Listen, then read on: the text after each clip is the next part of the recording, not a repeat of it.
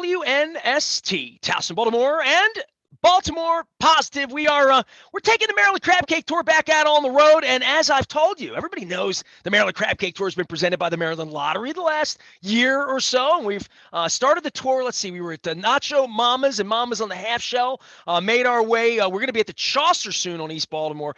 We were over on the west side at El Guapo. We're going to be at Fadley's this week, and I was at Costas last week, but it was over at El Guapo on the Maryland Crab Cake Tour that I said, Maryland Crab Cake Tour is also presented by our friends at Goodwill. And Jane Miller said, Goodwill, I've been doing Goodwill. And I'm like, oh, yeah, you did the luncheon. I was at the luncheon. That's right. You're Goodwill. And we went on and on about Lisa Rusyniak, who's been my friend for going on 2 decades now, and many, many nights with Goodwill with the Ravens and Halloweens and various costumes, and Joe Flacco doing Jersey Joe. Lisa, how are you? Happy spring, man.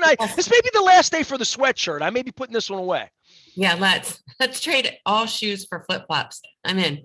Yeah, I'm going to Florida this weekend for the NFL owners meeting. So and it's not even going to be in the 80s. I feel so cheated. I feel like you go to Florida, he's got to be 81. 77's not going to cut it for me.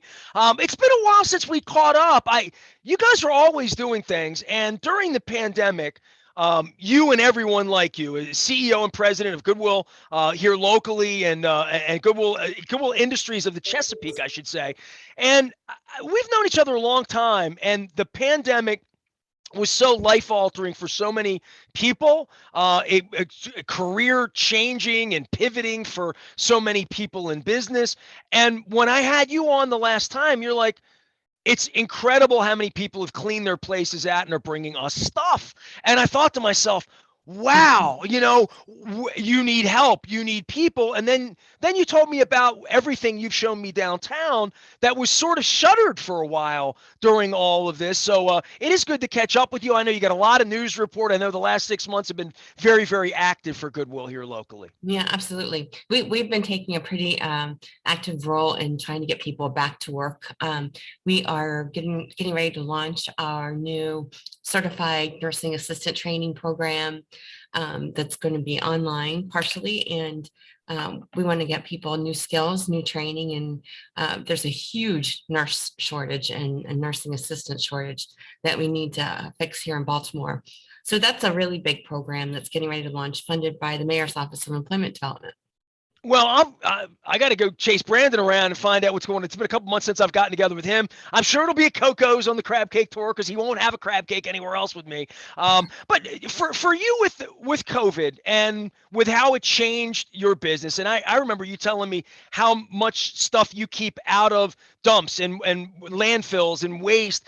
I see you sitting in front of the store. Most people listening to me, they don't even think of our great fun at the Halloween parties. They think of you as the place they go and buy things and window shop and secondhand shop, or they think of you like I do as the place I take all the bags full of stuff that I'm trying to get rid of and saying, this is still good. Somebody would love to wear this.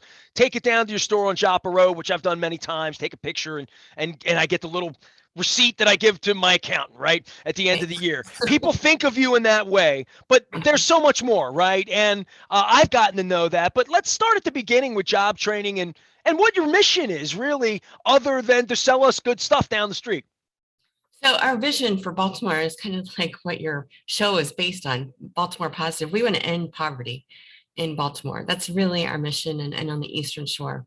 And what we're doing to do that and help in the community is getting people training, getting people wraparound case management services, and getting them some kind of credential that they can take to an employer and say, here, this is what I've earned. This makes me certified for this job. They get middle skilled, family sustaining wages. And that's what we want. We want families to be able to support each other and earn enough money that, they're keeping up with living wage. And, as we know, inflation is biting off a big chunk of that right now. It's tough. And so we've always made it our goal to create programs that have a very holistic approach. So we're helping people, access other resources like housing and substance abuse recovery, domestic violence, transportation, you name it, any kind of barrier. We have the partnership with legal aid. We help people get records expunged if they have some, kind of, issue on their record that's preventing them from getting hired, but it's expungible. We have lawyers that will help get that resolved. So we really want to help people, meet them where they are and get them to where they need to be, and then give them that skills training that will help them onto a career pathway, with, it's so funny, Nestor, we're talking about this, because the other day I was, talking with a person from the General Assembly. We were talking about working with the trades, which is something else that we've been doing for forever. And, plumbers are, six figures salary. And, those are the trades, those are the kinds of jobs that we really need today, because everybody still has repair work to do. Everybody's still building houses. So, Lisa, I have Bill Cole's people on my roof literally right now. Like I kid you not. I walked in and out of me, and I've been remodeling and building some stuff, and it is amazing the work that people do that's necessary, and then the cost of the materials now too. By the way, that we talked about inflation, and but the people that do these jobs, how specific it is. People come and watch me do radio, like, hey, I've been doing this 31 years, whatever. I talk for a living, and I marvel at what doctors and teachers and other people do. But from Goodwill's historic perspective in doing this, did this come out of we need employees for our stores? I'm trying to understand historically when all this happened, because over the last 20 years, I remember when you began your partnership with CVS, and these partnerships, you say we create a program. How does that, from soup to nuts, how does that something start? You see a need and say, here's a place where we could be helpful? Sure. I'm going to plug my favorite economist in the whole universe, Anibal Basu, who I know He's been on the show, a Baltimore Positive veteran. There you go. Absolutely. He every year, well, every other year, we usually have him come to our strategic planning retreats with our board, and he gives us kind of the economic landscape and talks about where the jobs are going to be, what's forecasted to grow. And so we pay attention to that, and we go back and we look at, our population of participants that we serve, and we go out to, our employer partners and say, how can we help meet labor market demands and fill your jobs? Because we know that you need them, and this is going to be an industry that's going to have growth. And we start employer partnerships and do all of the pre-work and preparation for someone to get into a certificate program. And so that's really, in essence, how it works. We just take a look at what the community needs are, with our partners in business. And, they're telling us construction trades, healthcare. These are jobs that are, coincidentally, also jobs that are very, growable. I mean, you can start as a CNA and wind up an RN and, go on to be a nurse practitioner. I mean, those are really great jobs to have. And you don't have to choose that job at 18. Like when I was in high school, I knew people that wanted to be nurses. They went to Essex Community College, and I've had Dr. Curtinitis on talking about that pathway as a community college grad myself. But there's no wrong time to make a career decision to do something different, right? And in a lot of cases, that's where you find people at that sort of fork in the road, right? The Y in the road, I should say, to plug your Y partnership as well, right? Absolutely. Yeah. John Hoey and I have been friends. We serve on the board of another nonprofit, Business Volunteers in Maryland. And we've been talking for some time about how he's creating his Druid Hill location, really making it a Renaissance program, a one-stop shopping for people immediately in that neighborhood. And so we're partnering with him, and we're moving in together, and we're going to be doing programs together. And so it's really a great fit for both of our organizations. And that's what Baltimore needs, is more of the nonprofits working together to solve problems and help people that need our help the most. Yeah, I had that conversation all the time in regard to sports, in regard to how the Ravens ever got here and how Camden Yards ever got built, because I have those conversations.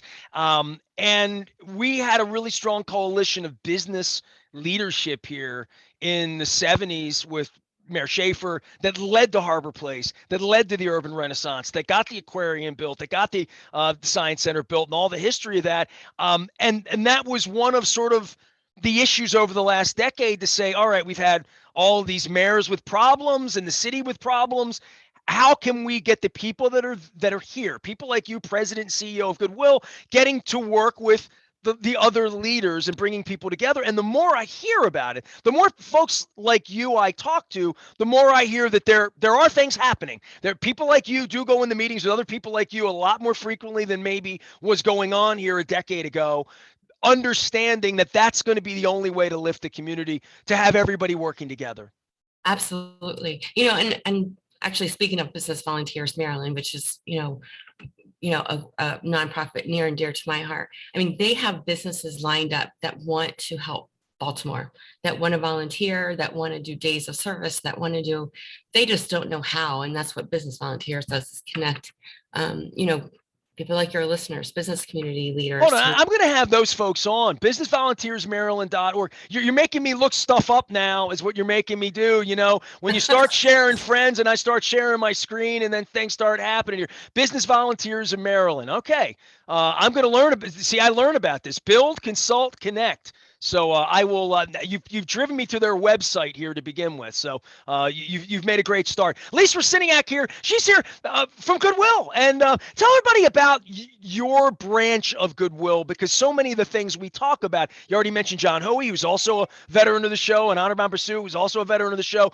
But there's so many local people, but you're really local. You're hyper local. You're in downtown Baltimore. I've been in your office right around the corner from where I lived for 2 decades, right 2 blocks from Harbor Place. And all of the people you touch and everything you touch really is about Baltimoreans, probably primarily city folks. Yeah, primarily. And, we're growing our footprint, and, we're taking a much more community-based approach. So we're partnering with a lot more organizations. Mount Lebanon Baptist Church, we're getting ready to open our second CVS mock pharmacy in their lower level of the church, because it's right in the community. People will go there, and who live around there, who need skills. And that's our approach for 2022 and beyond, is less of a central location for people to go to training and more centralized. We're going to go out into the neighborhoods like we are with John and Mount Lebanon, and just looking for places all over the city where we can partner with other groups, where people are already coming to for assistance. And, that's in essence what Baltimore needs, is more partnerships and being right where people live, meeting them where they are. Well, not only did we not have jobs 2 years ago, right around this time when everything shut down, we also didn't have training for jobs, right? People, a lot of idle time, and the government came in to try to help and assist and keep people right. At what point did you get somewhat normalized with what you've been doing for a long, long time with CVS, and in training in your own building? Because one of the issues was just getting people into a workspace to be trained, right? And some of this can be done online, some of it not. Some of it's it's very hands-on, right? Exactly. We were up and running. We shut down on, actually, it was 2 years yesterday to the day. And here we are. See, I mean, we wonder whether we're going to make it. We're okay. We're okay. And, it was like a month after that, we started putting all of our training programs online. I mean, our staff was so fast. They pivoted so quickly, and we were able not to miss a beat, not to miss a client. Everybody was right back in training programs and doing it virtually. And then our stores reopened in another 2 months. So we were back pretty quickly, not to normalized operations with in classroom instruction, but I mean, we were able to put all of our training programs on virtually. All of our case managers are reaching out to people on their phones, et cetera, computers. So, we really didn't miss a beat. And then, of course, we had the donation explosion. And I have some pretty exciting news I can't tell you about yet, but we're going to be taking a lot more of what we collect out of the landfill more than we already do. And I think, we collect about 3.5 million pounds of donations every year. Just here in the Chesapeake. Just Goodwill of Chesapeake. That's right. And so we are doing a partnership with 2 other local Goodwills in Delaware and Washington. And I'm going to have some huge news for you in a couple months about some new things that we're going to be doing to keep more stuff, even more stuff out of the landfill. Well, everybody's familiar with Goodwill. I'm going to pull the website up here because this is the first time we've had Lisa on as a sponsor. And of course, we appreciate your sponsorship of the Maryland Crab Cake Tour. Come on out, get a crab cake with us. They're delicious everywhere I go. You can go to their website locally here at Goodwill Chess. That's CHES. That's for Captain Chesapeake. Goodwillchess.org and learn about all the things they're doing to make a difference and where you can go. And if certainly from the job training standpoint, somebody knows somebody on a struggle right now looking for some sort of opportunity, what would that process look like, Lisa? Go on our website. It's www.goodwillchess, like Chesapeake.org. And, we have a lot of job openings, lots of job openings. And even in Goodwill, I mean, we move people through management training pretty quickly if they want to grow and stay with Goodwill. And there's jobs on there to work for us. There's our temporary staffing service, which we operate just like any other temporary staffing service. And then we also have other jobs in workforce development, and it'll show you jobs that we're recruiting for, our training programs, and it's all there.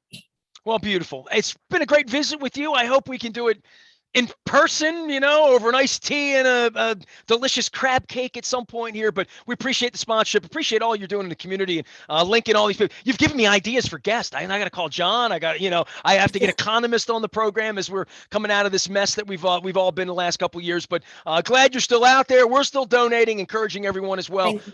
The donation explosion continues, right? But it's spring, right? Has anybody got anything left to bring you?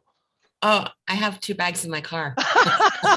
I gotta have a bag here as well as we move into new closets. Lisa Rusyniak, she's the president and CEO of Goodwill Industries of the Chesapeake. They've been our friends for a couple of decades, now sponsoring our Maryland Crab Cake Tour and taking it out on the road. We'll be hearing from Lisa and John and a whole bunch of other friends from over at Goodwill, as well as some of their partners as well, because they are connected to so many other good things going on here in Baltimore. We're connected to things going on in Ravens land as well. Luke is monitoring all things free agency. We're going to get baseball back on the field very, very shortly. Get the basketball season over with, and we are onward and upward. Some great Baltimore positive crab cake tour stops. We're going to be at the Chaucer this month. We are going to be up in White Marsh at G&A Coney Island Hot Dog. Moved from Highlandtown, my friend Andy, where I've been eating hot dogs since, oh my God, 1972 or something like that. He's now out on Philadelphia Road in White Marsh. We're going to go have a crab cake with Andy during the month of April, so make sure you stick around for that. All of it is presented by our friends at the Maryland Lottery. Let yourself play. I'll have the Betty Boop scratch-offs at Fadley's this week as we welcome Attorney General Brian Frosch will be joining us. Dan Roderick's going to be joining us, as well as Thiru Vignaraja down at Fadley's. Also, of course, sponsored by our friends at Goodwill Industries of the Chesapeake. I'm Nestor. We are WNST, AM 1570, Towson, Baltimore. And we never stop talking Baltimore positive.